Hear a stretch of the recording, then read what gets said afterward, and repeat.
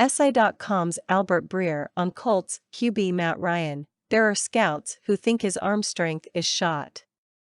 Colts veteran quarterback Matt Ryan isn't having the season that many expected, having arguably shown his age so far. According to SI.com's Albert Breer, there are some NFL scouts who think Colts veteran quarterback Matt Ryan's arm strength is shot. I can say, after asking around, that there are scouts who think Matt Ryan's arm is shot, writes Breer. And it definitely looks like he has to work harder to get the ball where he wants it to go.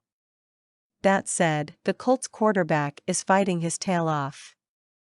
Now, the fact that an aged 37-year-old Matt Ryan has diminished arm strength isn't necessarily surprising, given that while he always threw an effective deep ball as the longtime starting quarterback of the Atlanta Falcons, he was never regarded as having a rocket arm to begin with entering the league, and is now firmly in the late stages of his playing career. That being said, there's a distinction between shot and diminished, and one that doesn't work well in the Colts' favor here. We've seen some of the NFL's quarterback greats, including even Peyton Manning or 2020 Phillip Rivers, still maintain high-level, even MVP seasons, with diminished arm strength, but shot. That's not exactly encouraging news to hear for anyone associated with the Colts. Ryan's offensive line has done him no favors this season, as he's consistently been hit, sacked, and under duress for a veteran quarterback who's a pure pocket passer with little mobility, and thought he would be getting an upgrade from his last few seasons in Atlanta. Instead, getting ever close to Halloween, the Colts' offensive line has been a horror show. Ryan's played much better when he's been properly protected. However, some of Ryan's throws on interceptions have been downright bonehead, and cannot always be blamed on the offensive line's problems in pass protection.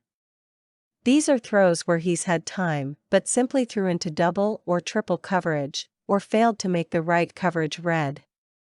Just poor decisions for a supposed savvy veteran quarterback, who you wouldn't think would make them given his ample experience in the league. Not to mention, Ryan's poor ball security when taking hits. Ryan leads the league with 11 fumbles and 9 interceptions, and has been highly turnover-prone for Indianapolis so far this season. We're entering Week 8, so at some point, it all can't be just chalked up to the struggling offensive line.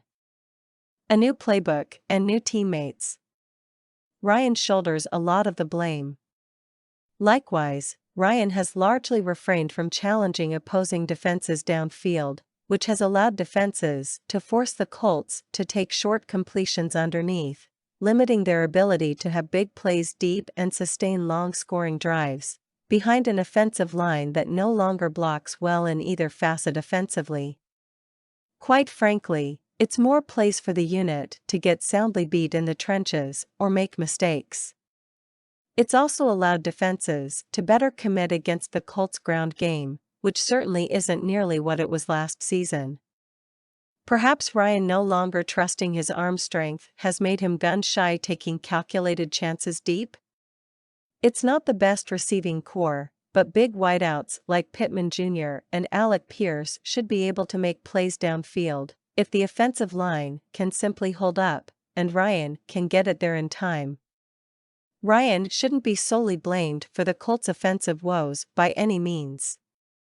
After all, it starts with the league's highest-paid offensive line that is clearly underperforming well below standards.